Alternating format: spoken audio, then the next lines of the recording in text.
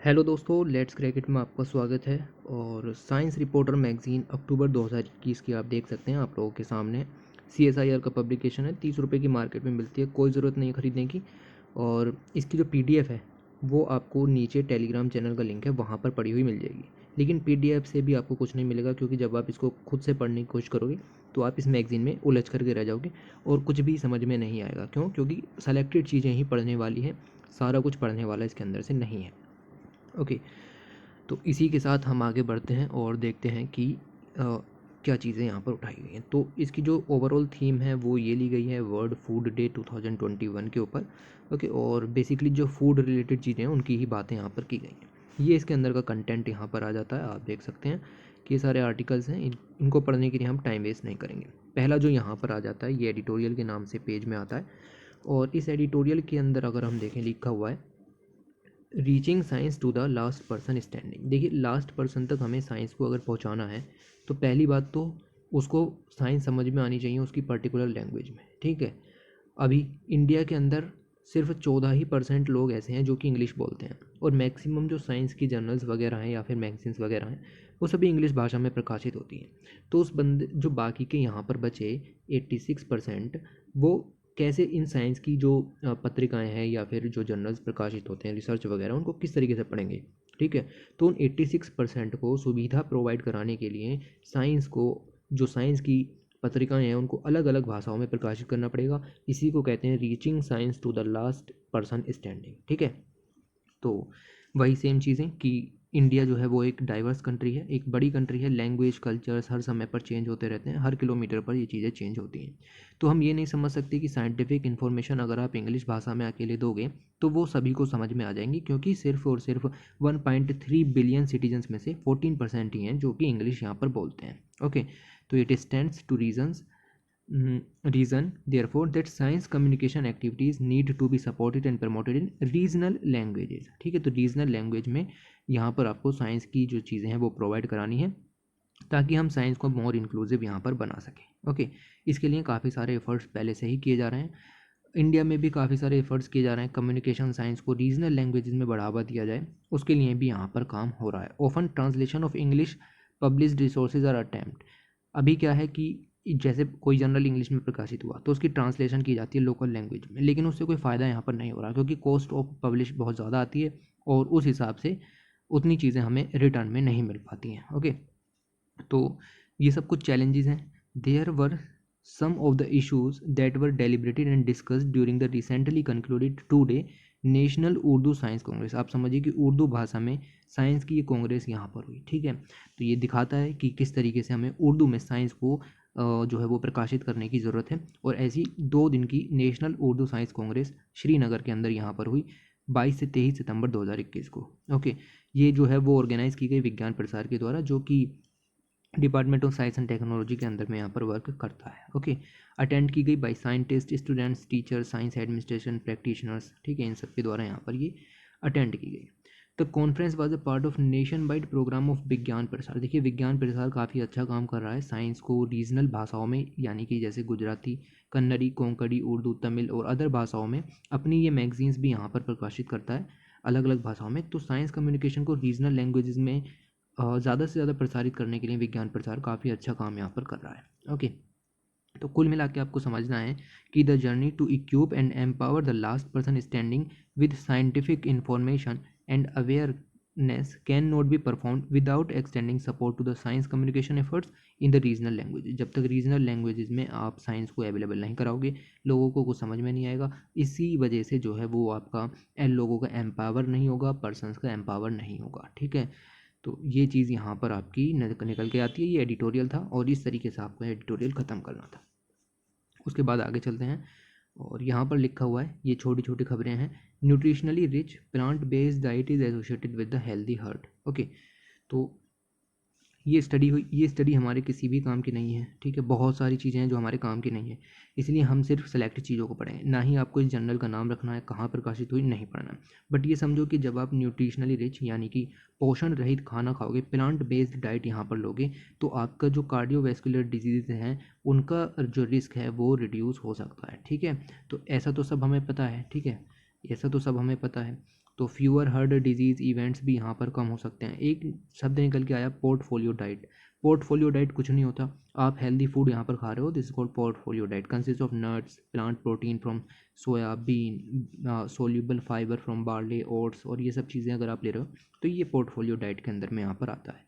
इससे आपकी जो हार्ट डिजीज़ हैं वो भी यहाँ पर रेगुलरली कम देखने के लिए मिली हैं, ऐसी स्टडी सब चल रही है। दूसरी चीज़ अगर हम यहाँ पर देखें, study finds India's national school meal programme linked to provide growth in children. देखिए ये बात जो यहाँ पर हो रही है, इंडिया का नेशनल स्कूल मील प्रोग्राम, इसको आप कहते हो MDM, यानी कि मिड डे मील प्रोग्राम इसको यहाँ पर कहा जाता है। ठीक है, तो इसके ऊपर यहाँ पर रिसर्च हुई कि मिड डे मील जो प्रोग्राम है उसके क्या बेनिफिट यहाँ पर हो रहे हैं, क्या स्कूल के बच्चों में जो कुपोषण की समस्या है वो कम हो रही है या नहीं हो रही है। ठीक है, तो उन सभी समस्याओं को देखने के लिए ये स्टडी यहाँ पर हुई, और स्टडी जो की गई by international food policy research institute के द्वारा यहाँ पर स्टडी की गई। अभी अभी जो मिड डे मील स्कीम है उसका नाम बदल करके PM पोषण यहाँ पर कर दिया गया है, PM पोषण। ठीक है, पोषण, तो पोषण शक्ति निर्माण, पोषण शक्ति निर्माण, इस तरीके की जो स्कीम है वो यहाँ पर इसको कर दिया गया। अब इसमें कुछ फाइंडिंग इन्होंने यहाँ पर की कि भाई जो मिड डे मील स्कीम है इसके क्या क्या बेनिफिट यहाँ पर हुए। लॉन्ग टर्म बेनिफिट हमें यहाँ पर नहीं पता है, the long term programme benefits on nutrition are unknown. ठीक है, लेकिन ये जो स्टडी यहाँ पर हुई है इन्होंने बताया है कि इस स्कीम के ज़रिए have a positive association with beneficiaries, तो जो बच्चों में पॉजिटिव यहाँ पर जो इम्पैक्ट देखने के लिए मिला है, स्कूल की अटेंडेंस यहाँ पर बढ़ी है, लर्निंग अचीवमेंट्स हासिल हुई है, हंगर और प्रोटीन एनर्जी मॉल न्यूट्रिशन जो है वो भी यहाँ पर जो है वो ख़त्म हुआ है, and resilience to health shocks such as droughts, इसी सब चीज़ें यहाँ पर देखने के लिए मिली हैं। ओके, तो ये चीज़ आपको यहाँ पर पता होनी चाहिए। अब ये क्या है ये नहीं पढ़ना आपको, ये भी नहीं पढ़ना है आपको, ये भी नहीं पढ़ना। देखिए ऐसे नहीं आएगा कि MDM की सक्सेस के बारे में लिखो, ऐसे आएगा कि गवर्नमेंट के जो न्यूट्रिशनल प्रोग्राम्स यहाँ पर चल रहे हैं उनकी सक्सेस को बताओ, उनकी सक्सेस के बारे में डिस्कस करो। ठीक है, या फिर न्यूट्रिशन कितना ज़्यादा जरूरी है उसके बारे में लिखो। तो बस एक लाइन में लिखना है कि हाँ MDM प्रोग्राम चल रहा है जिसकी वजह से जो स्कूल गोइंग चिल्ड्रंस हैं उनको 1 टाइम का हॉट कुक्ड मील यहाँ पर प्रोवाइड किया जाता है, जिससे उनके अंदर जो माल न्यूट्रिशन की समस्याएँ हैं वो लगातार कम देखने के लिए मिली हैं। ओके, इस तरीके से लिखना होता है, ये चीज़ आपको यहाँ पर याद रखनी है। ओके, तो ये आर्टिकल यहाँ पर आपका ख़त्म होता है। उसके बाद ये आर्टिकल है all mushrooms are not mushrooming. तो ये आर्टिकल हमारे किसी भी एग्ज़ाम के हिसाब से काम का नहीं है। ठीक है, किसी भी एग्ज़ाम में न प्री का न मेंस का कैसा भी क्वेश्चन इसके अंदर से नहीं बनेगा, तो हम इसको यहाँ पर नहीं पढ़ेंगे। दिक्कत वही है कि सभी के सभी मशरूमिंग नहीं हो रहे हैं, क्योंकि एंथ्रोपोजेनिक एक्टिविटीज़ की वजह से बहुत सारी जो मशरूमिंग है वो नहीं हो पाती है, वगैरह वगैरह चीज़ें यहाँ पर लिखी होती है। ओके, तो बस काम की बात नहीं है। फिर आगे चलते हैं, यहाँ पर लिखा हुआ है world food day please to achieve zero, यानी कि वर्ल्ड फूड डे यहाँ पर सेलिब्रेट किया गया। और यहाँ पर आपको पता लगेगा कि वर्ल्ड फूड डे जो है वो फूड एंड एग्रीकल्चर ऑर्गेनाइजेशन के द्वारा बनाया जाता है, और ये यूनाइटेड नेशंस की ओल्डेस्ट परमानेंट स्पेशलाइज्ड बॉडी है, फूड एंड एग्रीकल्चर ऑर्गेनाइजेशन, और एस्टेब्लिश हुई थी 16 अक्टूबर 1945 को। जिस दिन ये एस्टेब्लिश हुई थी 16 अक्टूबर को, इस 16 अक्टूबर को ही हम वर्ल्ड फूड डे के रूप में यहाँ पर मनाते हैं। ठीक है, तो ये ऐसे करके आपको याद रखना है। मेन क्या है, एम था इसका कि दुनिया से हंगर को ख़त्म करना है, न्यूट्रिशन को इम्प्रूव करना है, और स्टैंडर्ड ऑफ लिविंग को भी इंक्रीज़ करना है, एग्रीकल्चर प्रोडक्टिविटी बढ़ानी है, और फूड सिक्योरिटी सभी के लिए हासिल करनी है। ये मकसद इसका यहाँ पर था। Okay, global hunger was always seen in focus, global hunger हमेशा फोकस में रहा है, और कोविड-19 ने तो इस सिचुएशन को और ज़्यादा वर्स्ट कर दिया है। तो इसी वजह से अगर हम देखें जो सस्टेनेबल डेवलपमेंट गोल्स हैं जो कि नंबर में 17 हैं और 2030 तक हमें यहाँ पर पूरे करने हैं, एडोप्ट किए गए थे 2015 में न्यूयॉर्क के अंदर। ठीक है, यूनाइटेड नेशन सस्टेनेबल डेवलपमेंट की समिट में। इसके अंदर दूसरे नंबर का जो गोल है उसका कहना है zero hunger. Sustainable development goal number 2 कहता है ज़ीरो हंगर। गोल नंबर 12 कहता है responsible for consumption and production. ठीक है, तो गोल नंबर 2 अगर हमें हासिल करना है 2030 तक, तो हमें अपने जो फूड सिस्टम्स हैं उनको यहाँ पर चेंज करना होगा, जो कि हमारे एग्रीकल्चर फूड सिस्टम्स हैं उनको चेंज करना होगा। वॉर्स जो यहाँ पर बिटवीन द कंट्रीज़ यहाँ पर लड़ी जा रही हैं, क्लाइमेट क्राइसिस है, माइग्रेशन है, इन सभी को हमें सॉर्ट आउट करना होगा अगर हमें सस्टेनेबल डेवलपमेंट गोल को हासिल करना है। ठीक है, फिर साथ ही साथ पॉवर्टी को भी हमें ख़त्म करना है, पॉवर्टी का भी गोल है यहाँ पर सस्टेनेबल डेवलपमेंट गोल। ठीक है, और इसके ज़रिए हमें यहाँ पर पॉवर्टी को भी धीरे धीरे ख़त्म करना है। ओके, तो this year's edition of the state and okay, इसके अलावा एक रिपोर्ट और यहाँ पर प्रकाशित हुई थी। रिपोर्ट का नाम है the state of food security and nutrition in the world 2021। ये रिपोर्ट जो है वो जुलाई में आई थी, इसी महीने, इसी साल जुलाई 2021 में रिपोर्ट पब्लिश की गई थी और 5 ऑर्गेनाइजेशंस ने पब्लिश की थी, FAO, IFAID, UNICEF, WFP और WHO, इन सब ने मिलकर के प्रकाशित की थी।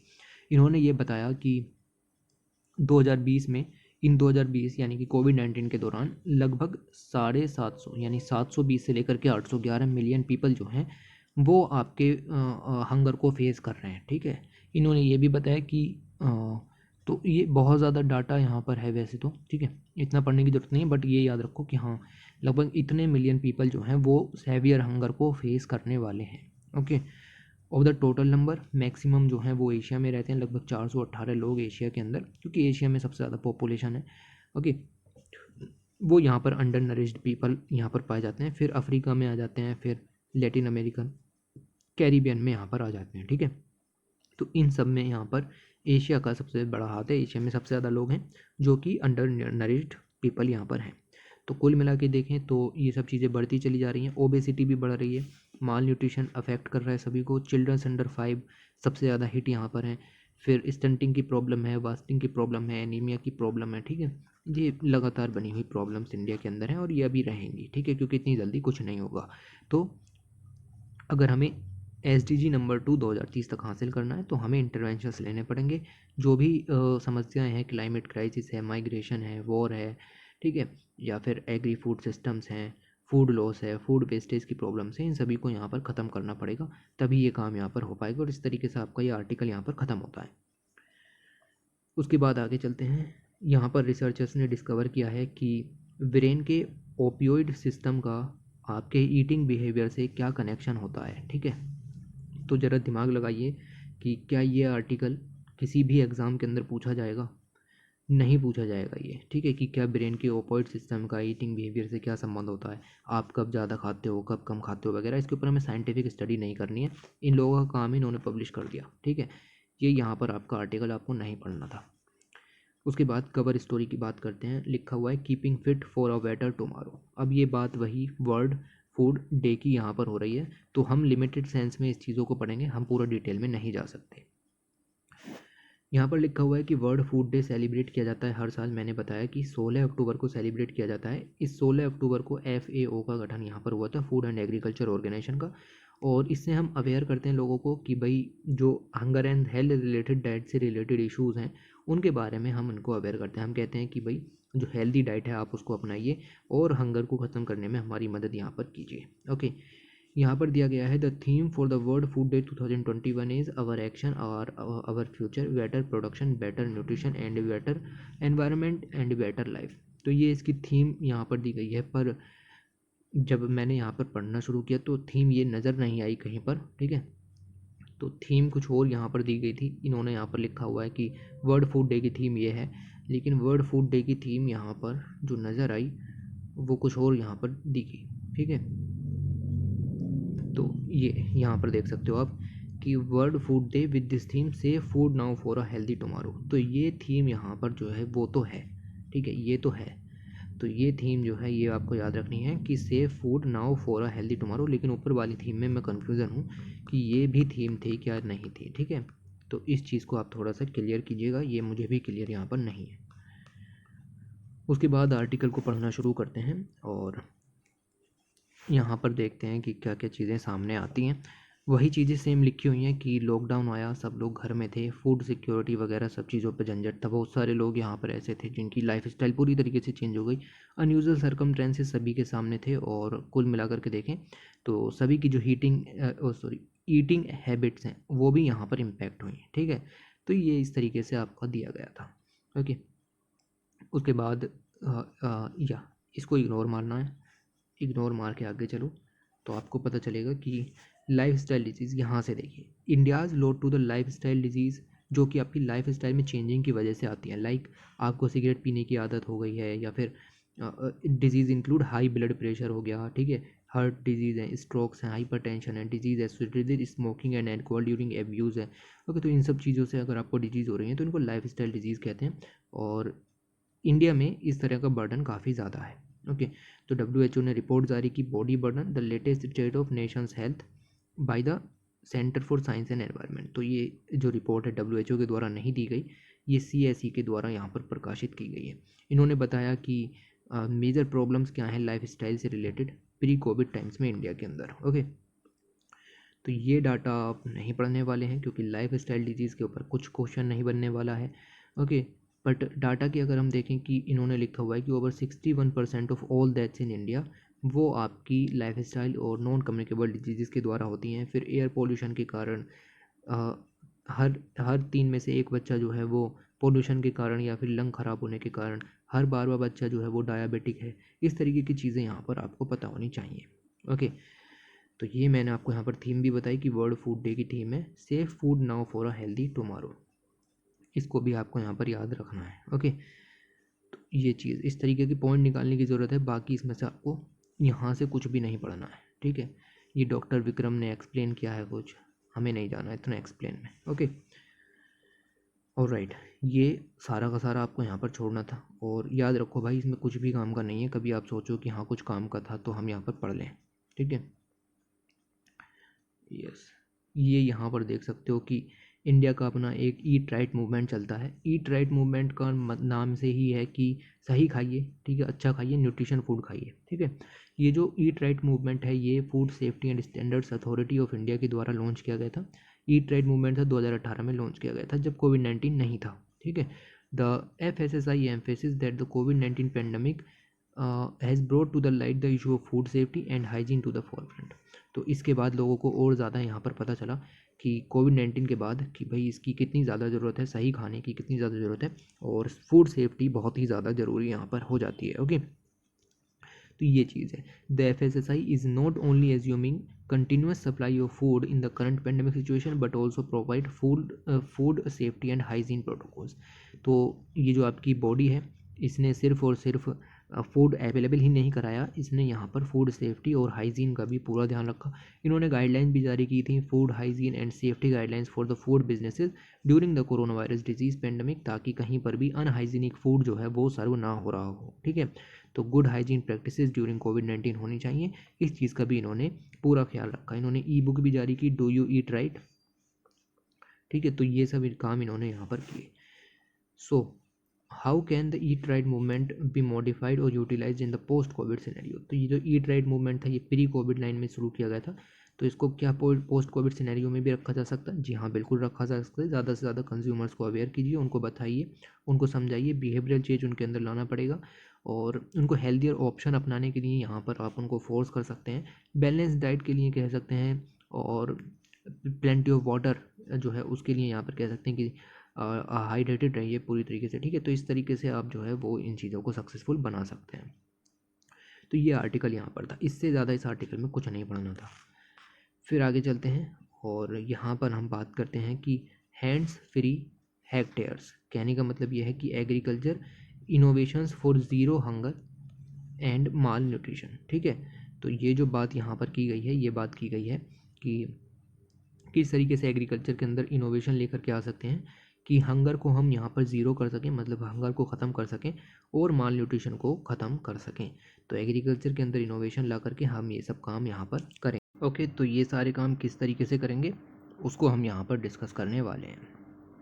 तो चलिए देखिए, यहाँ पर अगर हम देखें कि क्या चीज़ें यहाँ पर डिस्कस करी जानी है, तो आप इंट्रोडक्शन को यहाँ पर पूरी तरीके से इग्नोर कर सकते हो, नथिंग इम्पोर्टेंट। ओके, तो यहाँ पर आप देखिए प्रॉब्लम्स एट हैंड, हमारे हाथों में क्या प्रॉब्लम्स हैं।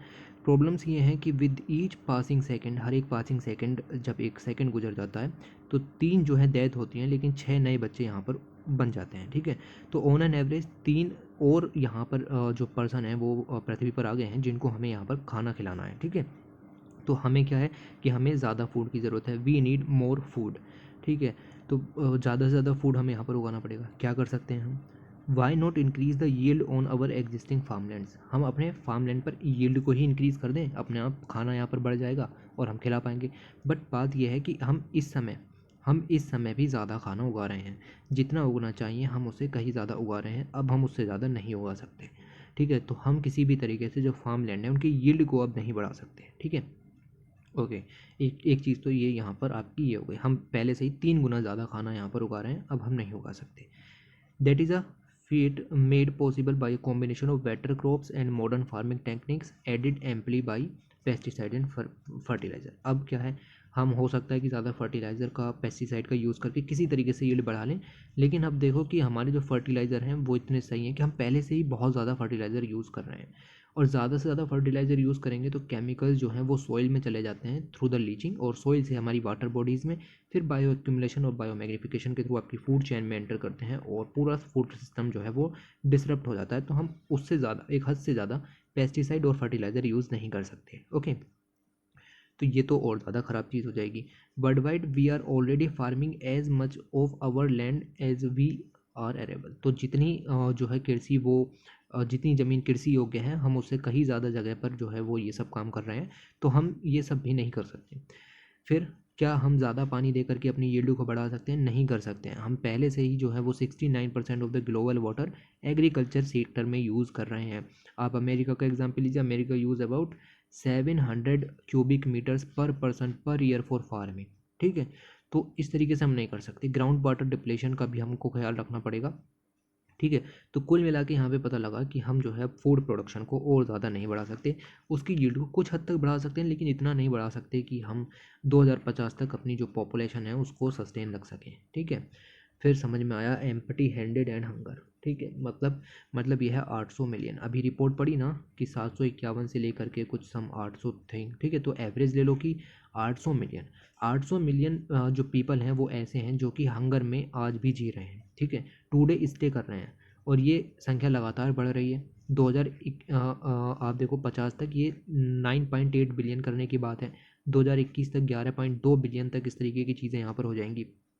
ठीक है, तो हमें क्या है कि हमें कम खा करके ज़्यादा न्यूट्रिशन लेने की आदत डालनी पड़ेगी। ठीक है, कुल मिलाकर के बात यह है कि आप कम खाइए ताकि ज़्यादा से ज़्यादा लोगों को मिले, लेकिन ऐसा खाइए जिससे न्यूट्रिशन आपको ज़्यादा मिले। ठीक है, तो जो आपकी भरपूर जो मात्रा है न्यूट्रिएंट की वो आपके शरीर में कम नहीं होनी चाहिए। इस चीज़ के लिए आपको जो आपके फूड सिस्टम्स हैं उनको डाइवर्स करना पड़ेगा, उनमें प्रोटीन रिच डाइट अपनानी पड़ेगी, ताकि आप कंज्यूम देखिए each person is set to consume 30% more calories together that add to having our yield increase by 50%। ओके, तो इसी तरीके से आपकी जो यील्ड है वो बढ़ा सकते हो आप, कि कम खाइए लेकिन ऐसा खाइए कि उससे आपको भरपूर जो एनर्जी है, भरपूर जो आपको प्रोटीन है या फिर जो विटामिन हैं वो यहाँ पर आपको पूरे मिलने चाहिए। ठीक है, तो ऐसा खाओगे, कम खाओगे तो ज़्यादा से ज़्यादा लोगों के लिए अवेलेबल होगा, ये बात यहाँ पर कही गई है। On the other hand corn, soybean, wheat, rice, ये सब हम जो हैं उगा रहे हैं, लेकिन पिछले कुछ सालों से देखने के लिए मिला है कि ये जो है वो बहुत ही डिक्लाइन ग्रोथ रेट इसमें देखने के लिए मिल रहे हैं। On our farmers are faced with decline growth rate. क्यों? क्योंकि जो दुनिया भर की गवर्नमेंट्स हैं वो इनके ऊपर कम फोकस यहाँ पर कर रही हैं। ज़्यादा से ज़्यादा फोकस आप देखो कि इंडिया में शुगर केन वगैरह है, व्हीट राइस पर भी फोकस है, लेकिन सोयाबीन वगैरह पे इतना फोकस नहीं हो पाता है। ठीक है, to meet our food demand we need to be over 2% growth rate, और हम क्या है, हम लेस देन 1% से, और अभी जो हमारी ग्रोथ रेट है we have moved from 3.5% in 1970s to less than 1% today. क्या ग्रोथ रेट है? 1% ग्रोथ रेट है। ठीक है, तो इस तरीके से आपको काम नहीं करना है, ऐसे तो आपके जो फूड है वो आपको अवेलेबल नहीं होगा, तो आपको न्यूट्रिएंट रिच फूड यहाँ पर अपनाना पड़ेगा। ओके, तो उसके लिए अलग अलग टेक्निक्स हैं, देखते हैं कि क्या चीज़ें यहाँ पर दी गई हैं। There is a huge difference in our field are capable of growing and what actually growing of them. तो यहाँ पर एक डिफरेंस है कि हम हमारे फील्ड कितना उगा सकते हैं और हम उससे कितना उगा रहे हैं। अगर हम एक एग्जांपल लें अफ्रीका का, तो यहाँ पर एक लाइन दी गई है, इन्होंने कहा है कि देखिए ये लिखा हुआ है साफ साफ कि while the rest of the developing world has tripled there productivity over the past 5 decade. पिछले 5 सालों में पूरी दुनिया ने अपनी प्रोडक्टिविटी 3 गुना कर ली है। अफ्रीका की यील्ड जो है वो सेम टू सेम है, उसने कुछ भी इम्प्रूवमेंट नहीं किया। क्यों? ठीक है, क्यों? क्या यहाँ पर जो फार्मर्स हैं वो इफेक्शन ऑफ न्यूट्रिएंट, क्या वो फर्टिलाइज़र नहीं अप्लाई कर रहे? क्या वो जो फार्मर्स हैं वो प्रैक्टिसेस लाइक क्रॉप रोटेशन या अंडर क्रॉप रोटेशन वगैरह यहाँ पर नहीं कर रहे हैं? क्या फार्मर्स को सब्सिडी नहीं मिल रही? क्या उनको टेक्नोलॉजी नहीं मिल रही? क्या उनको प्रोग्राम्स जो हैं वो गवर्नमेंट के या फिर जो अफ्रीका के अंदर इन्वेस्टमेंट होता है बिलियंस ऑफ डॉलर का वो नहीं हो रहा? ये सब हो रहा है। ठीक है, उसके बावजूद उसके बावजूद यहाँ पर आप देखोगे कि उनकी यील्ड यहाँ पर नहीं बढ़ रही। क्यों? तो ये ज़रूरी नहीं है कि टेक्नोलॉजी हो, सब कुछ आपके पास हो तो यहाँ पर आपकी जो यील्ड है वो यहाँ पर बढ़ेगी। ठीक है, इसके लिए आपको लोगों को एजुकेटेड करना पड़ेगा। ठीक है, ये लाइन भी यहाँ पर है, मैं आपको बताता हूँ। We have faced food crisis before and extensive efforts put into the science. हमने टेक्नोलॉजी लाई, एग्रोनॉमिक्स लाई, पिछले 40 सालों में हमने वीट है, राइस है, मेज़ है, उन सभी का प्रोडक्शन यहाँ पर बढ़ाया। हर एक दुनिया में हर एक जगह पर ऐसी चीज़ें देखने के लिए मिली।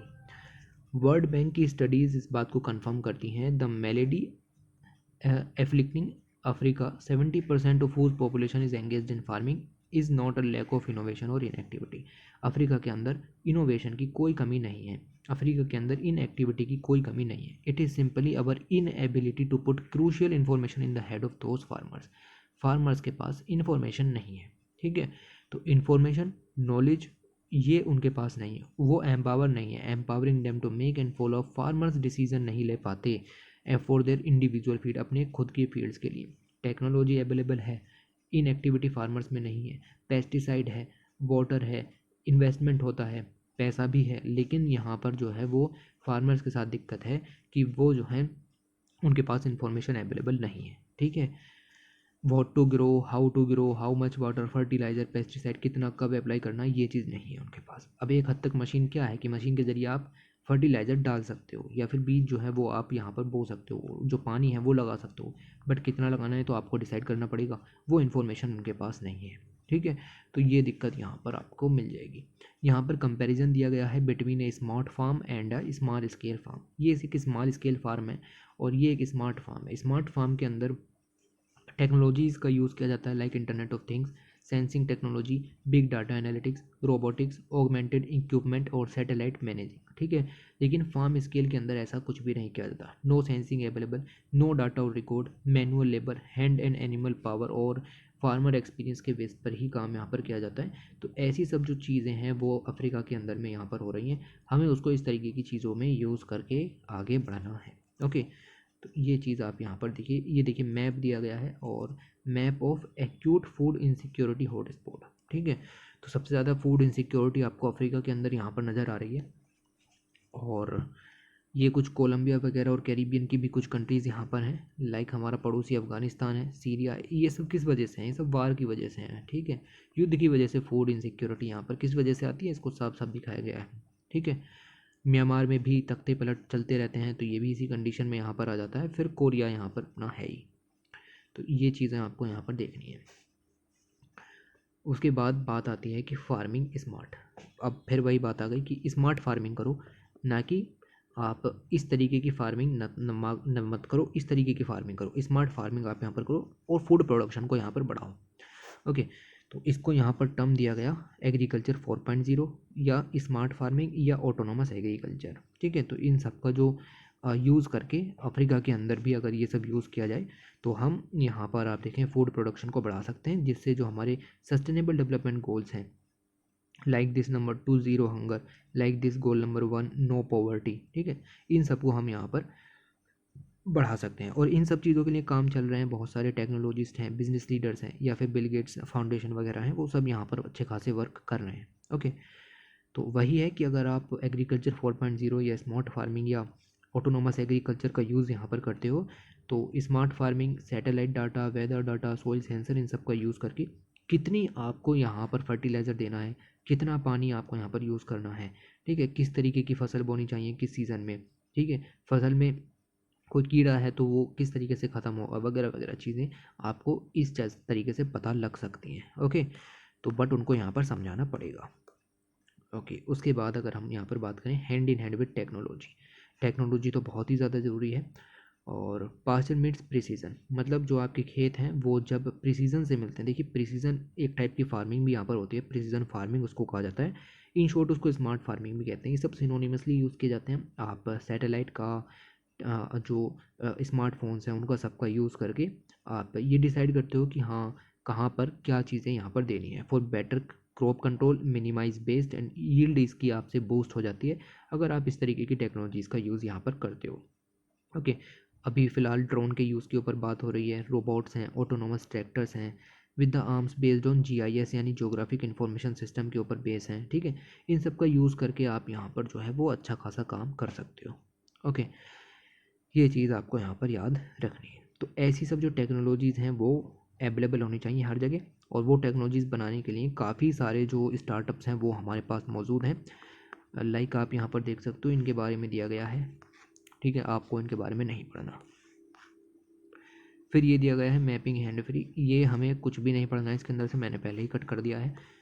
ओके, ये आपकी ऑटोनोमस एग्रीकल्चर यहाँ पर आ गई कि किस तरीके से आप ऑटोनोमस एग्रीकल्चर कर सकते हो। Data can improve transparency of production, ठीक है, बिल्कुल जी बिल्कुल कर सकते हो, लेकिन अगर हम रोबोट्स का यूज़ यहाँ पर करेंगे तो हम उन पर ट्रस्ट नहीं कर सकते। Okay, make them hard to trust. Okay, robots do the dangerous jobs, robot dangerous job भी कर सकते हैं। पॉजिटिव साइन दिख रहा है ना यहाँ पर, ये वाला, ठीक है, ये दिखाता है कि हाँ क्या पॉजिटिव्स हैं लेकिन क्या निगेटिव है। साइबर सिक्योरिटी वीकनेसेस उसके अंदर हमेशा बनी रहेंगी। डेंजर टू वर्कर्स और पब्लिक्स, ठीक है, तो ये भी वर्क बना रहेगा रोबोट के साथ। ओके, अगर आप ऑटोनोमस एग्रीकल्चर करते हो तो ग्रीन हाउस गैस के एमिशन कम होंगे, लेकिन उसके साथ साथ देखें तो may be facilitate more intensive monoculture, हो सकता है कि मोनोकल्चर की तरफ को इंटेंसिवाइज हो जाए। तो ये कुछ फ़ायदे और नुकसान ऑटोनोमस एग्रीकल्चर के यहाँ पर आपको दिखाए गए। ओके, ये आप देख सकते हो कि फील्ड रोबोट आप किस तरीके से यूज़ कर सकते हो। ऑलराइट, उसके बाद यहाँ पर और भी कंपनीज़ के बारे में बताया गया है, फिर से बता रहा हूँ, not important. Okay, weeding hand free, weeding hand free का मतलब क्या है कि पहले से ही हम देखें, despite the application of 2 million ton of pesticide a year, हम अभी पूरी दुनिया में 2 मिलियन टन पेस्टिसाइड एक साल में ख़त्म कर देते हैं। फूड एंड एग्रीकल्चर ऑर्गेनाइजेशन, जो कि यूनाइटेड नेशंस की बॉडी है, उसने साफ साफ ये एस्टिमेट किया है, put the loss due to the pest and disease at 20 to 40% of the global copper crop yield. तो डिज़ीज़, लेकिन उसके बावजूद देखिए हम इतना सारा पेस्टिसाइड नीचे यूज़ कर रहे हैं, उसके साथ साथ जो है यहाँ पर लॉस है वो उतना ही बढ़ रहा है, ठीक है। पेस्टिसाइड यूज़ करने के बाद भी वीड जो है वो ख़त्म नहीं हो पा रही हैं, और क्रॉप की जो यील्ड है वो 20 से 40% तक हमारी नुकसान में जा रही है, लॉस है, ठीक है। तो the market is determining focus with less herbicide and pesticide. तो कुल मिला के हमें क्या है कि हमें ऑर्गेनिक फार्मिंग की तरफ यहाँ पर जाना पड़ेगा, ठीक है। ऑर्गेनिक फार्मिंग में हर्बिसाइड, पेस्टिसाइड, इन सब का यूज़ यहाँ पर नहीं किया जाता है। ओके, तो ये थोड़ी सी चीज़ें आपको पता होनी चाहिए।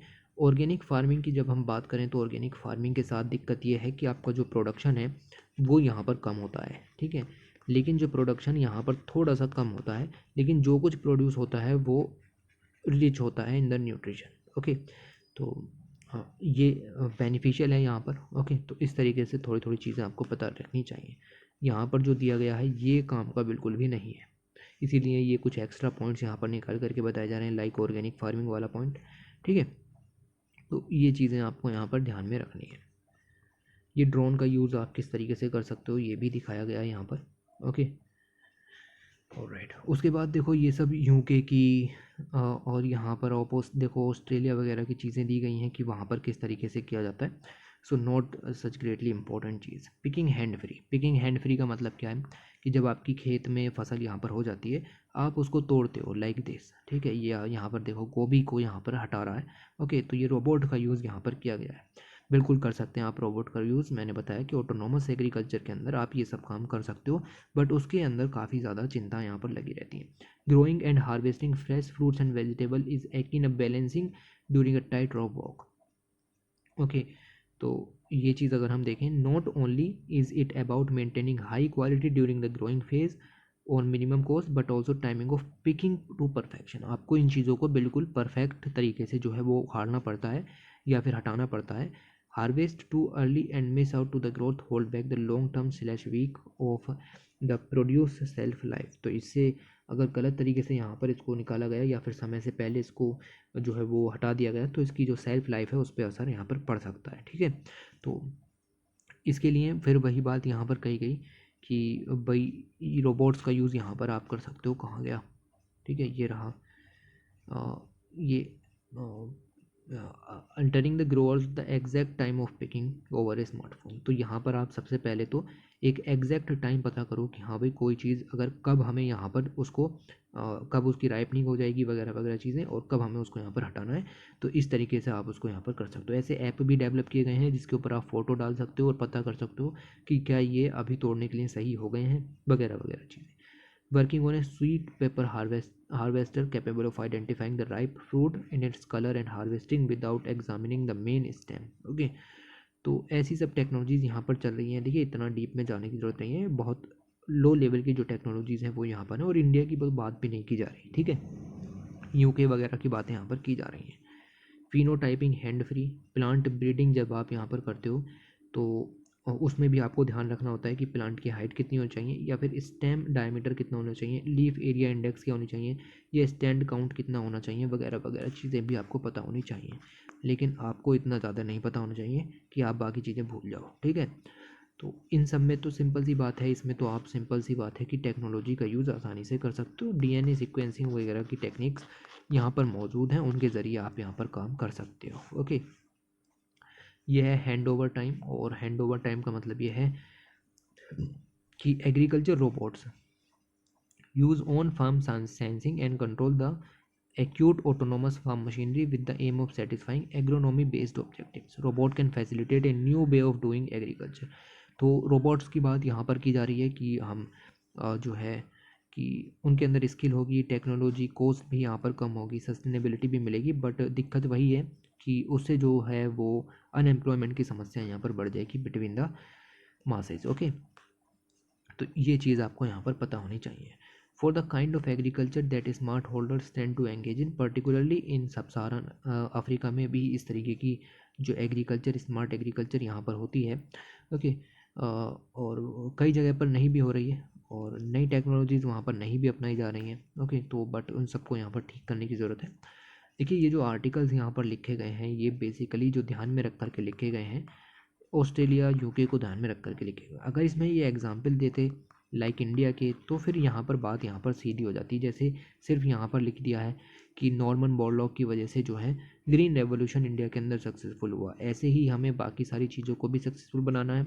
तो coming decade may need drones, हमें ड्रोन्स की ज़रूरत पड़ेगी, हमें रोबोट्स की ज़रूरत पड़ेगी, ताकि जो प्रोडक्शन है उसको भी यहाँ पर किसी तरीके से बढ़ाया जाए, और न्यूट्रिशन रिच जो प्रोडक्शन है वो यहाँ पर बढ़ाया जाए। तो कुल मिला के आप देखो कि फार्मिंग जो है वो अच्छे तरीके से होनी चाहिए, फार्मिंग सस्टेनेबल तरीके से होनी चाहिए। आपके जो फार्म प्रोडक्शन के मेथड्स हैं वो इस तरीके के होने चाहिए कि during the farming system, during जब आप फार्मिंग कर रहे हो, सीड, पेस्टिसाइड, वाटर, और फिर पिकिंग, हार्वेस्टिंग, ये सब करने से आपकी फसल को कोई भी न्यूट्रिएंट लॉस नहीं होना चाहिए। उसके अंदर जो न्यूट्रिएंट हैं वो बराबर होने चाहिए। अगर ये सब बराबर होगा तो फिर वही बात कि कम खाएंगे और ज़्यादा न्यूट्रिशन हमें यहाँ पर मिलेगा, और इनडायरेक्टली हम ज़्यादा पॉपुलेशन को यहाँ पर खिला पाएंगे, ठीक है। तो इस तरीके से आपका ये जो आर्टिकल है वो आपको पढ़ना था, और बस ख़त्म हो गया। ओके, उसके बाद आगे चलते हैं, और यहाँ पर लिखा हुआ है obesity and weight loss much more than more calorie counting. इस आर्टिकल को आपको नहीं पढ़ना है, किसी भी कीमत पर आपको यहाँ पर नहीं पढ़ना है, क्योंकि ऐसा कुछ ओबेसिटी के ऊपर खास आर्टिकल नहीं आएगा, ठीक है। देखिए बड़े आर्टिकल्स यहाँ पर पूछे जाते हैं, ऐसा छोटे लेवल पर चीज़ें नहीं पूछी जाएंगी। ओबेसिटी पे पूछने से अच्छा है वो न्यूट्रिशन प्रॉब्लम इन इंडिया ना पूछ ले, ठीक है।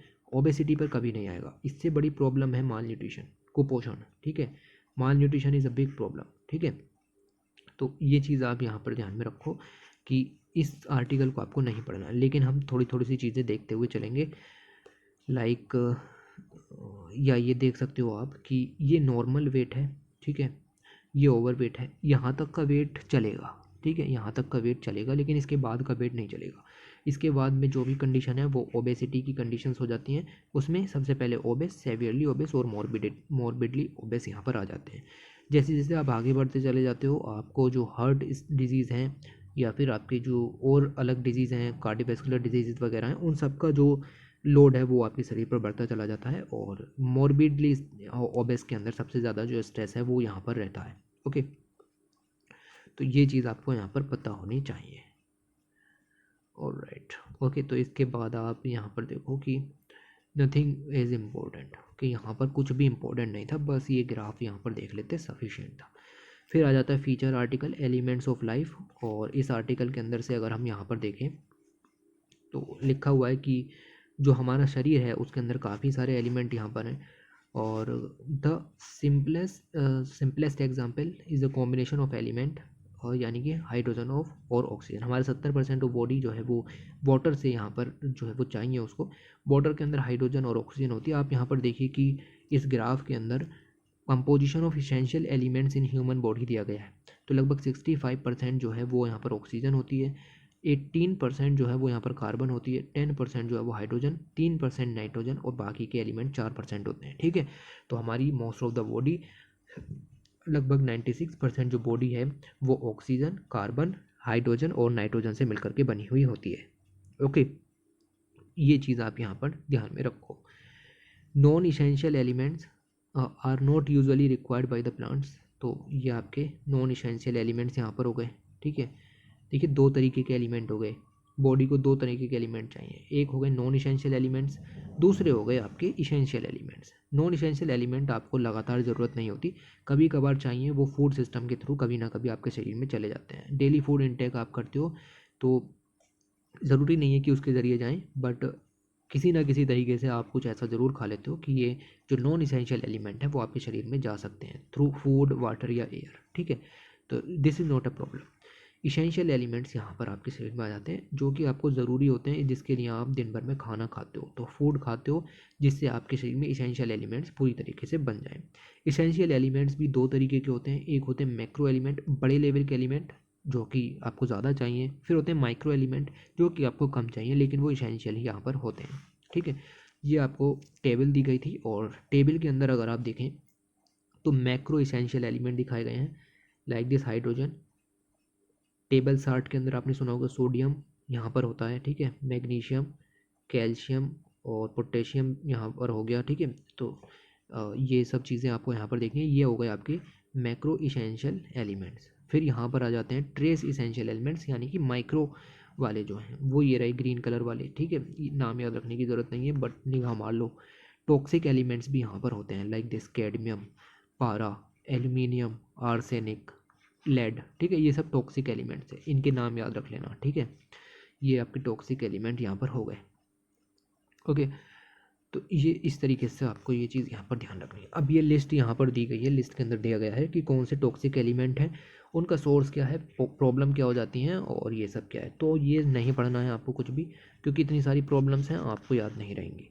देखिए, ये याद रखिए कि एल्यूमिनियम, मरकरी, लेड, कैडमियम और आर्सेनिक, इन सभी को यहाँ पर जो है वो टॉक्सिक एलिमेंट्स कहा जाता है। ठीक है, ये टॉक्सिक एलिमेंट्स हो गए। इसके अलावा होते हैं मैक्रो एलिमेंट जो कि आपकी बॉडी में 0.005% से ज़्यादा मात्रा में पाए जाते हैं, उनको मैक्रो एलिमेंट कहा जाता है।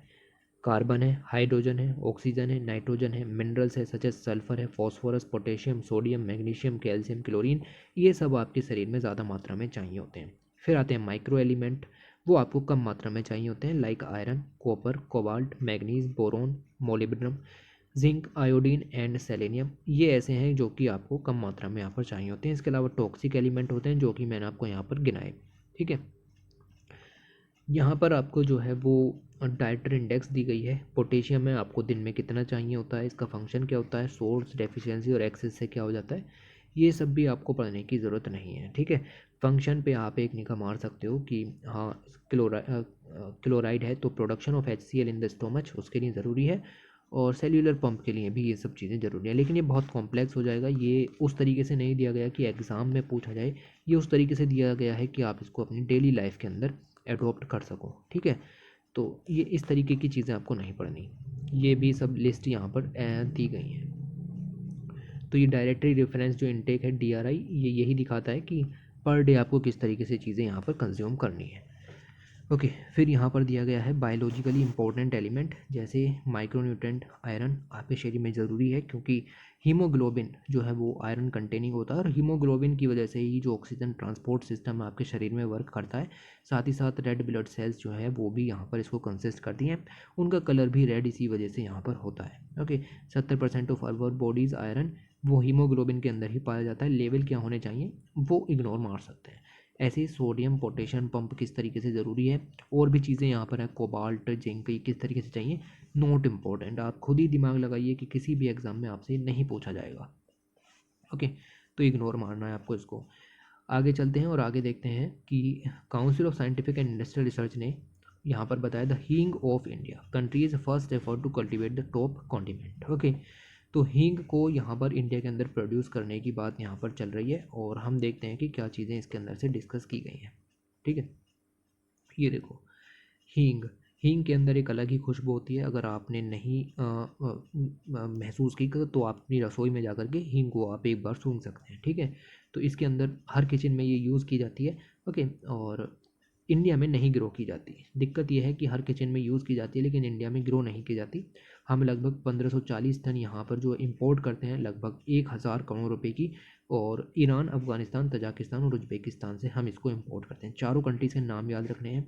ठीक है, इन चारों से हम यहाँ पर इंपोर्ट करते हैं। इंडिया की क्लाइमेटिक कंडीशन ऐसी नहीं है कि हींग का पौधा यहाँ पर जो है वो उग सके। ठीक है, बट CSIR के अंदर institute of Himalayan bio resource technology, Palampur based institute है, ये यहाँ पर हींग को इंडिया के अंदर उगाने के लिए सक्सेसफुल प्रयत्न कर रहे हैं। क्यों? क्योंकि इससे हमारे 942 करोड़ रुपए बच सकते हैं बाहर जाने से। ओके, इसकी जो फर्स्ट सैपलिंग्स यहाँ पर लगाई गई थी हिमाचल प्रदेश के अंदर लाहौल वैली के अंदर यहाँ पर लगाई गई थी अक्टूबर 2020 में। ओके, उसके बाद लगातार इसके जो है वो पायलट बेसिस पर ये काम हुआ, लगा करके हम देख रहे थे कि उगेगी नहीं उगेगी। उसके बाद हम जगह जगह पर ये सब काम यहाँ पर कर रहे हैं। ठीक है, ये चीज़ आपको ध्यान में रखनी है। हींग, इसका साइंटिफिक नाम है Ferula asafoetida, is a perennial herb indigenous to Iran. ये इंडिजीनियस है to Iran, Afghanistan and Turkmenistan, जैसा कि मैंने बताया। 2000 से 4000 मीटर की ऊंचाई पर उगेगा, इतनी बारिश इसको चाहिए, और फेरुला जीनस से ये बिलोंग करता है। ओके, बस इतना रुक जाना है। इसको सिंपली भाषा में अगर आप देखें तो असफोइटिडा भी यहाँ पर कहा जाता है।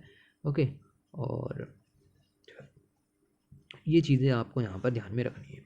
फिर ये यहाँ पर आ जाता है कि किस तरीके से जो आपका मेजर कंट्रीज़ हैं जिससे इंडिया इंपोर्ट करता है, तो अफ़गानिस्तान से 90% इंपोर्ट करता है, और उज्बेकिस्तान से 8%, ईरान से 2% हम यहाँ पर इंपोर्ट करते हैं। ठीक है, तो ग्रोइंग हींग इन इंडिया, तो इसके लिए जो CSIR IHBT Palampur based institute मैंने ऊपर बताया 2017 से प्रयत्न कर रहा है कि हींग के जो सीड हैं, बीज हैं, उनको यहाँ पर मंगाया जाए Iran, Afghanistan, Uzbekistan, Kazakhstan, south Africa वगैरह से, और इंडिया के अंदर इसका जो है वो प्रोडक्शन किसी तरीके से यहाँ पर किया जाए। ओके, तो ये सब चीज़ें आपको यहाँ पर ध्यान में रखनी है। और एक तो उसके बाद अगर हम आगे चलें तो यस, कुछ और चीज़ें काम की निकलती हैं तो देखते हैं, वरना छोड़ते हैं, क्योंकि हींग के ऊपर PhD नहीं कर सकते। ओके, कि सीड जर्मिनेशन के लिए क्या चाहिए, सीड डोमिनेंसी कैसे आ जाएगी, वगैरह वगैरह चीज़ें। ओके, उसके बाद अगर हम आगे चलें तो यस, यही बात मैंने बताई कि 2020 में इन सब चीज़ों पे फोकस किया गया। अलग अलग स्टेट्स के साथ यहाँ पर जो है वो साइन भी किए गए MOU वगैरह, कि भाई हम यहाँ पर उगा करके देखना चाहते हैं हींग, और इस तरीके से आप हमें मदद करो या फिर वगैरह वगैरह चीज़ें करो। किस तरीके से उगाई जाती है नॉट इम्पोर्टेंट, स्लोप कैसा लोगे कैसा नहीं लोगे ये भी आपको यहाँ पर छोड़ना है। ओके, तो ये है, ये पॉइंट याद रखना कि CSIR हिमालय जैव संपदा प्रौद्योगिकी संस्थान, जो कि पालमपुर हिमाचल प्रदेश के अंदर है, वहाँ पर हींग उगाने की कोशिश ये यहाँ पर कर रहे हैं। ठीक है, तो इससे हमारा जो आयात जो शुल्क है वो आप कह सकते हैं कि जो हमारा इंपोर्ट में पैसा यहाँ पर जाता है वो यहाँ पर रुक सकता है। ओके, तो ऐसा सब काम यहाँ पर चल रहा है। उसके बाद आगे चलें तो बस इतना यहाँ पर काम का था, इससे ज़्यादा कुछ नहीं, कि इसके प्राइस कितने जगह जगह पर नॉट इम्पोर्टेंट। ओके, उसके बाद आगे चलें और यहाँ पर दिया गया है super foods, how super are they. तो सुपर फूड्स के बारे में बताया गया है कि क्या होते हैं। देखिए, फूड के ऊपर ही फोकस है पूरी मैगजीन में। ओके, देखिए, सुपर फूड नाम की कोई टर्म नहीं होती साइंटिस्ट की माने तो। ये टर्म जो है वो जो फूड मार्केटिंग इंडस्ट्रीज़ हैं उनके द्वारा यहाँ पर बनाई गई ताकि कंज्यूमर का ध्यान अट्रैक्ट किया जा सके। ठीक है, लोगों को लगता है सुपर फूड है, थोड़ा सा खाएंगे बहुत एनर्जी मिलेगी, मज़ा आ जाएगा। ठीक है, तो ये सब करने के लिए ये कंपनीज़ ने खेल खेला है। बाकी सुपर फूड जैसा कुछ नहीं होता साइंटिफिकली माने तो। लेकिन हाँ, कुछ प्रोडक्ट होते हैं जिनके अंदर कुछ खास तरीके की वेराइटीज़ यहाँ पर होती हैं, कुछ खास तरीके की प्रॉपर्टीज़ यहाँ पर होती हैं, जिसकी वजह से आप उनको सुपर फूड कह सकते हो। बट जो कंपनीज़ कहती हैं वो तो बिल्कुल नहीं होता। बेरीज़, ठीक है, लाइक बेरीज़ का एग्जाम्पल लेते हैं, मैं बस एक एग्जाम्पल लूँगा क्योंकि डिटेल में नहीं जाना। ओके, बेरीज़ हैं, लाइक बहुत तरीके की बेरीज़ यहाँ पर हैं। इनसे क्या है कि हार्ट डिसीज़ के जो रिस्क हैं वो रिड्यूस हो जाते हैं, साथ ही कैंसर के रिस्क हैं या फिर अदर इन्फ्लेमेटरी कंडीशन है वो यहाँ पर कम हो जाती हैं। साथ ही अगर हम बात करें तो सर्टेन हार्ट डिजीज़ के जो रिस्क हैं वो भी इसकी वजह से जो है कम हो जाते हैं। और इसके अंदर जो है वो minerals, vitamins, dietary fibres, antioxidant, phytochemicals, ठीक है, इन सब की जो है वो पावर हाउस होता है ये एक तरीके से, और इसी वजह से जो है वो इसको सुपर फूड के नाम से बेचा जाता है। बट ये सुपर फूड तभी है जब आप इसको नेचुरली जो है कंज्यूम करते हो। बाकी फूड पैकेजिंग के अंदर अगर आप लेते हो तो कोई गारंटी आपकी नहीं है। नेचुरल फूड सुपर फूड आप इसको यहाँ पर कह सकते हो, बट जो कंपनीज़ कहती हैं वो तो नहीं है, ठीक है। इस तरीके से काफ़ी प्रोडक्ट हैं, लाइक लेग्यूम्स है, बीन्स हैं, इनका कंज्यूम करोगे तो काफ़ी ओट्स वगैरह हैं, ठीक है। इन सभी से हमें यहाँ पर चीज़ें देखने के लिए मिलती हैं। आपको इसमें से कुछ भी नहीं पढ़ना, ठीक है, कि किस में क्या होता है। ओके, ये चीज़ आपको यहाँ पर नहीं पढ़नी है। कीवी फ्रूट वगैरह हैं, मशरूम है, सीवीड है, वेरी वेरी इंपॉर्टेंट, ठीक है। तो ये चीज़ें आप यहाँ पर देखो। कुल मिला के अगर हम देखें तो हमें सुपर फूड के नाम पे क्या चाहिए, हमें एंटीऑक्सीडेंट्स चाहिए, हमें हेल्दी फैट्स चाहिए, हमें डाइटरी फाइबर्स हमें यहाँ पर चाहिए, हमें फाइटोकेमिकल्स यहाँ पर चाहिए, ठीक है। तो ये सब के लिए जो ऊपर ये सब दिए गए थे इनको आप कंज्यूम कर सकते हो। तो इस तरीके से आपके जो ये सुपर फूड हैं वो यहाँ पर डिसाइड किए जाते हैं। ओके, उसके बाद आगे चलें। यहाँ पर दिया गया है कि अनवीलिंग कैलिएक डिजीज़, क्या मतलब है? तो कोई मतलब नहीं है, आपको इसको नहीं पढ़ना है, ठीक है। ऐसा सब नहीं पूछा जाएगा कहीं पर भी। ओके, तो coeliac disease is an autoimmune disease wherein the body fights its own tissue when it encounters gluten, ठीक है। तो ग्लूटेन जो है वो एक प्रोटीन है जो कि फाउंड होती है इन व्हीट, राई, बार्ले, और जब आप इसको कंज्यूम करते हो तो आपकी बॉडी आपके उसी टिश्यू के अगेंस्ट यहाँ पर लड़ना शुरू कर देती है, ठीक है, जिसकी वजह से जो कैलियक डिजीज़ है वो यहाँ पर बन जाती है। फर्दर नॉट इम्पॉर्टेंट, किसी भी कीमत पर इम्पोर्टेंट नहीं है क्योंकि आपको नहीं पढ़ना है ये। ओके, उसके बाद यहाँ पर दिया गया है फ्राइड स्नैक फूड द विटर सेवरीगेस, ये आपको बिल्कुल भी नहीं पढ़ना है आर्टिकल। ओके, उसके बाद आगे चलते हैं और या आगे चलें। यहाँ पर दिया गया है इफ़ेक्ट्स ऑन कोविड-19 on sensory perceptions, appetite and food eating behaviour, ये भी आपको नहीं पढ़ना है। कोविड-19 का क्या इम्पैक्ट रहा, ठीक है, नहीं पढ़ना है ये भी आपको। फिर ये है कि industrial trans fatty acids and regulation in India, ये आर्टिकल इंपॉर्टेंट यहाँ पर हो जाता है, इसको हम यहाँ पर पूरी डिटेल में देखेंगे। तो अगर इसकी बात करें हम कि क्या यहाँ पर जो इंडस्ट्रियल ट्रांस फैटी एसिड्स हैं और किस तरीके से इनका रेगुलेशन किया जाएगा, तो आर्टिकल को पढ़ना शुरू करते हैं। मेडिकल एक्सपर्ट्स जो हैं वो इस बात से कंसर्न है कि यंग पीपल कार्डियक अरेस्ट की वजह से यहाँ पर मर रहे हैं। क्यों? क्योंकि वो इंडस्ट्रियल या आर्टिफिशियल ट्रांस फैटी एसिड को ज़्यादा कंज्यूम कर लेते हैं। ओके, WHO ने यह भी बताया कि हर साल 5 लाख से ज़्यादा डेथ जो हैं वो इसी वजह से होती हैं क्योंकि आप आर्टिफिशियल ट्रांस फैटी जो एसिड हैं उनका इनटेक यहाँ पर करते हो, जबकि आर्टिफिशियली आपको ये नहीं करना है, ये आपको नेचुरली करना होता है, ठीक है। Recently food safety and standards authority of India ने भी कहा था कि आपकी किसी भी एडिबल ऑयल के अंदर या फैट्स के अंदर जो ट्रांस फैटी एसिड के लेवल हैं 2021 तक 3% से ज़्यादा नहीं होने चाहिए और 2022 तक 2% से ज़्यादा नहीं होने चाहिए, ठीक है। तो ये इसके लिए गाइडलाइंस जारी की गई थी। Food and safety standards regulation prohibition and restriction on sales. Okay, तो ये सब यहाँ पर जारी किया गया। WHO ने भी कहा है कि ट्रांस फैटी एसिड को 2023 तक फूड से बिल्कुल पूरी तरीके से ख़त्म कर दो, ठीक है। अभी ट्रांस फैटी एसिड होते क्या हैं? ट्रांस फैटी एसिड, इनको कॉमनली ट्रांस फैट्स भी यहाँ पर कहा जाता है।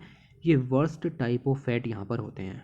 Okay, from the human health perspective, अगर आप इसको ह्यूमन को देते हो तो ये वर्स्ट जो वहाँ पर सिचुएशन क्रिएट कर देंगे, which raise our red blood cholesterol, हमारे शरीर में जो लो डेंसिटी लाइपोप्रोटीन होती हैं जिनको इन शॉर्ट LDL कहा जाता है, इनको बैड ब्लड कोलेस्ट्रॉल भी कहते हैं, इनको बढ़ा देते हैं। और हमारे शरीर के अंदर जो हाई डेंसिटी लाइपोप्रोटीन है यानी कि गुड ब्लड कोलेस्ट्रॉल है उसके लेवल्स को कम कर देते हैं। और high artificial trans fats diet increase the risk of cardiovascular disease and heart attack. तो इससे जो कार्डियोवैस्कुलर डिजीज़ हैं और हार्ट अटैक हैं उसके केसेस बढ़ जाते हैं अगर आप आर्टिफिशियल ट्रांस फैटी एसिड का यूज़ यहाँ पर ज़्यादा करेंगे तो, ठीक है। तो बैड कोलेस्ट्रॉल यहाँ पर बढ़ जाएगा जिससे कार्डियोवैस्कुलर डिजीज़ यहाँ पर आएगी। Trans fats are formed during the industrial process in which hydrogen is added to the vegetable oils. Okay, trans fatty acids artificially industrial process के दौरान बन जाते हैं जब वेजिटेबल ऑयल्स के अंदर आप हाइड्रोजन को मिक्स कर देते हो। हाइड्रोजन को वेजिटेबल ऑयल के अंदर मिक्स कर देते हो, इससे क्या होता है कि जो आपके जो ऑयल है, वेजिटेबल ऑयल है, वो रूम टेम्परेचर पर ही जम जाता है, ठीक है। इस प्रोसेस को हाइड्रोजिनेशन प्रोसेस कहते हैं क्योंकि हाइड्रोजन को आपने ऐड करा है वेजिटेबल ऑयल्स के अंदर। ओके, तो हाइड्रोजिनेशन प्रोसेस के कारण आपके जो वेजिटेबल्स ऑयल्स हैं वो हाइड्रोजिनेटेड हो जाते हैं। The partial hydrogenation process of vegetable oil in is industrially very useful. तो ये इंडस्ट्रीज़ में ये बहुत ही बड़े तौर पर किया जाता है। क्यों? क्योंकि इससे जो प्रोडक्ट आप यहाँ पर तैयार कर रहे हो उसको सड़ने से बचाया जा सकता है, उसकी सेल्फ लाइफ को बढ़ाया जा सकता है, ठीक है। The partially hydrogenated oil is commonly use in deep frying. तो डीप फ्राइंग में यूज़ होता है। ओके, ये सब पॉइंट आपको यहाँ पर याद रखने हैं। The trans fatty acids can occur in a few meats and dairy product naturally जो है वो यहाँ पर कुछ सर्टेन मीट प्रोडक्ट या डेयरी प्रोडक्ट में ही आते हैं, लेकिन उनसे कोई भी दिक्कत नहीं है, ठीक है। स्मॉल अमाउंट है उससे कोई दिक्कत नहीं है, लेकिन जो ट्रांस फैट्स हैं जो कि आपके जो आर्टिफिशियली यहाँ पर तैयार किए गए हैं उनसे हमें ज़्यादा परेशानी है, उससे ह्यूमन हेल्थ पर हार्मफुल इम्पैक्ट यहाँ पर पड़ता है। ओके, देखो साफ साफ लिखा हुआ है, it is not yet clear whether naturally occurring trans fats are beneficial और harmful to the human. Naturally हैं या नहीं है ये हमें नहीं पता, लेकिन हमने ये पता कर लिया है कि आर्टिफिशियली तो ये हैं ही घातक, ठीक है। तो according to the health expert की अगर हम यहाँ पर माने तो manufactured variety of trans fat that is artificially trans fats in partially hydrogenated vegetable oils have no known health benefits. यानी कि आर्टिफिशियल वाले के हेल्थ बेनिफिट्स नहीं है। इसका मतलब ये है कि उसके कुछ ना कुछ नुकसान ज़रूर होंगे। In a healthy diet approximately 20 to 35% of the calories should come from fats, ठीक है। तो इतनी जो कैलोरीज हैं वो फैट से यहाँ पर आनी चाहिए। It is suggested that the contribution of saturated fats in food should be less than 10%। तो ये आपको इतना यहाँ पर याद में रखना है। बाकी यहाँ पर यूएस का फूड एग्जाम्पल दिया गया, अरे हमें अपने याद रह जाए। According to the WHO not more than 1% of the total energy intake per day should come from trans fat. तो ट्रांस फैट से आपको एनर्जी नहीं मिलनी चाहिए, आपको जो फैट्स हैं वहाँ से मिल सकती है, लेकिन ट्रांस फैट से आपको एनर्जी यहाँ पर नहीं लेनी है। ओके, तो ये सब चीज़ें यहाँ पर चल रही हैं। इसके लिए इंडिया में काफ़ी सारे रेगुलेशंस हैं, like prevention of food adulteration act है जो कि 1994 में तैयार किया गया था फूड की क्वालिटी को रेगुलेट करने के लिए। 2006 में इसको इम्प्लीमेंट किया गया। 2006 में food safety and standards act को इम्प्लीमेंट किया गया। और नवंबर 2009 में अगर हम बात करें तो ट्रांस फैटी एसिड्स जो हैं उनके ऊपर यहाँ पर कैप लगाई गई कि भाई जो आप हाइड्रोजनेटेड वेजिटेबल ऑयल यहाँ पर बनाते हो उसमें आपके ट्रांस फैटी एसिड्स लिमिटेड होने चाहिए, इतने से ऊपर ना हो, ठीक है। उसके बाद 2010 में ट्रांस फैट्स रेगुलेशन के ऊपर एक जो डॉक्यूमेंट है वो भी अपलोड किया गया। उसके साथ साथ नेशनल इंस्टीट्यूट ऑफ न्यूट्रिशन जो कि हैदराबाद बेस्ड है उसने भी रिकमेंड किया भी ट्रांस फैटी एसिड्स को जो है वो अपने प्रोडक्ट के ऊपर लेबल करना शुरू करो। मतलब आपका जैसे ये मिल्क पैक है तो उसके ऊपर आप लिखो कि इसके अंदर ट्रांस फैटी एसिड कितने हैं, ठीक है। In the mean time food safety and standard rules 2011 में इम्प्लीमेंट किए गए। 2013 में और भी रूल्स इसके अंदर यहाँ पर आए, आपको सब याद रखने की ज़रूरत नहीं है। ओके, इन्होंने ये भी कहा till 2013 the trans fatty acids in edible oil या food were not monitored in India. यहाँ पर इनको मॉनिटर करने के लिए कुछ नहीं था। और उसके बाद prevention of food adulteration act had no quality parameters related to the trans fatty acid. मतलब लॉस तो बना दिए लेकिन ढंग से इम्प्लीमेंट यहाँ पर नहीं हो रहे हैं, ठीक है। तो पैकेजिंग लेवल पर भी फूड प्रोडक्ट पर भी कुछ नहीं बताया जा रहा था, इसलिए ये सब दिक्कतें यहाँ पर थी। 2015 में FSSAI ने मैंडेट कर दिया कि अब तो आपको ट्रांस फैटी एसिड और सैचुरल फैट को पैकेजिंग लेवल के ऊपर लिखना पड़ेगा कि इस पर्टिकुलर पैकेट के अंदर कितना सैचुरेटेड फैट है, कितने ट्रांस फैटी एसिड्स वगैरह यहाँ पर आपको सब लिखना पड़ेगा, ठीक है। इन्होंने ये भी कहा कि जो ट्रांस फैटी एसिड्स हैं वो 5% से ज़्यादा नहीं होने चाहिए फ्रॉम 2016, लेकिन अब इसको बदल दिया है 2021 में 3% कर दिया है और 2022 में 2% तक ये होने चाहिए और धीरे धीरे हम इसको ख़त्म करने की कगार पर जाएंगे, ठीक है। तो ये चीज़ आप यहाँ पर ध्यान में रखो।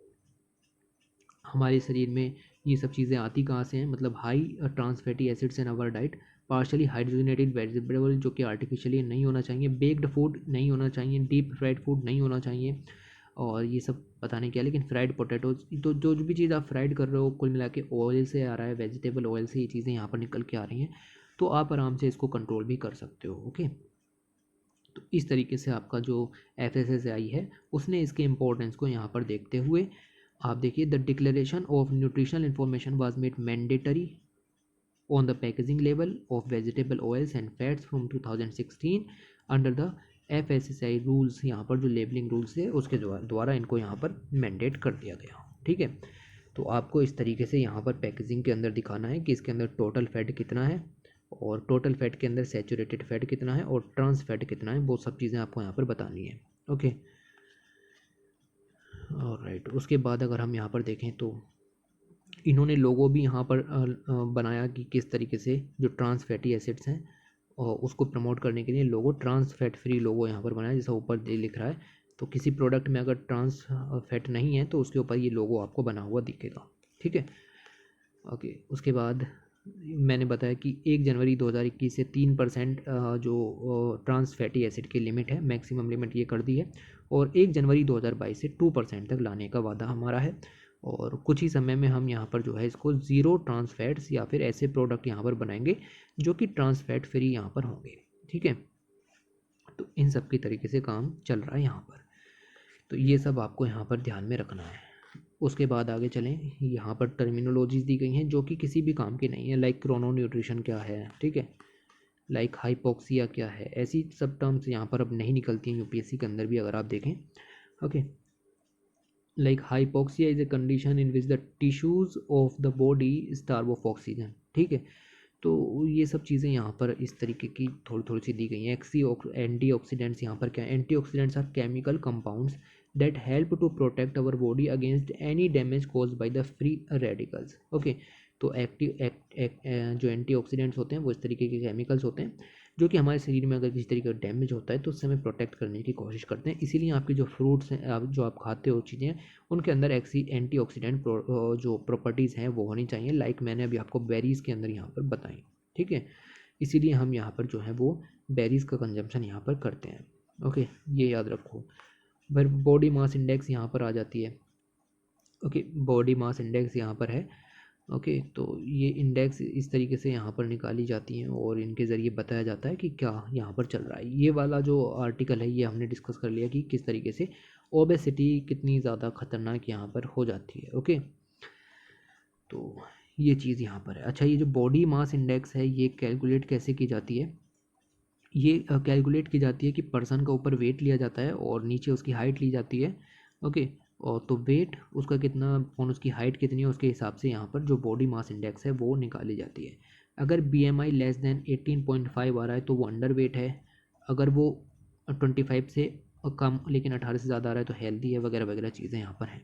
ओके, फिर मॉडिफाइड कार्बन फैब्रिक क्या होता है ये नहीं पूछा जाएगा। फिर ये एक न्यू बोल्ट यानी कि indigenous motorised wheel chair vehicle यहाँ पर तैयार हुआ, ये भी नहीं आपको डिस्कस करना है। स्मार्ट शर्ट यहाँ पर बनाई गई है, ऐसी छोटी मोटी चीज़ें नहीं आती हैं। ओके, फिर यहाँ पर है ये दिया गया है किसी एक्सोलोल्ट के बारे में, पता नहीं क्या चीज़ है। ठीक है, बट आपको ये नहीं पढ़ना है। ओके, ये आपको नहीं पढ़ना है कि क्या चीज़ें दी गई हैं। उसके बाद कुछ क्वेश्चन है टेस्ट योर नॉलेज के नाम पर, आज़ादी का अमृत महोत्सव क्वेश्चन है। ये बहुत इजी क्वेश्चन होते हैं, इनको आप खुद से भी कर सकते हो, PDF डाउनलोड करना और इसको करने की कोशिश करना। लाइक आप देखो कि India launch the first satellite इन 1975, तो फर्स्ट सैटेलाइट आपको बताना है, ये तो आर्यभट्ट यहाँ पर हो गया। ठीक है, तो सिंपल हो गया। Name the Indian permanent research base station in Antarctica, Antarctica के अंदर इंडिया के जो बेस स्टेशन है वो यहाँ पर बताने हैं। तो ये देख लो कि कौन से ऑप्शन में है ये यहाँ पर, तो यही है पहला ऑप्शन, क्योंकि दक्षिण गंगोत्री, मैत्री और भारती इनके नाम हमने सुने हैं। ये तो बहुत आसान क्वेश्चन है। ठीक है, और अगर ये कंफ्यूज करने के लिए भी नहीं दिया कुछ भी, ये सब नाम तो हमने कहीं सुने ही नहीं। ठीक है, तो ऐसा सब आपको यहाँ पर देखना है। इंडिया का पहला indigenously developed anti radiation missile, anti radiation missile कौन सी है, तो रुद्रम-1 है। ठीक है, ये सब मैंने आपको अगस्त की साइंस रिपोर्टर मैगजीन में पढ़ाया था। ठीक है, तो इस तरीके से आप इसको खुद से करने की कोशिश करो, ये काफ़ी आसान है। और तो और इनके आंसर भी यहाँ पर दिए गए हैं, ये रहे। फिर कुछ नहीं है मैगज़ीन में, यही सब बकवास नीचे दी गई है। ओके, तो इसी तरीके से आपको ये पढ़नी थी, और लाइक शेयर सब्सक्राइब ठोक करके जाना अगर यहाँ तक पहुँचे हो तो। ओके, चलिए वीडियो को एंड करते हैं, and thanks for watching, take care.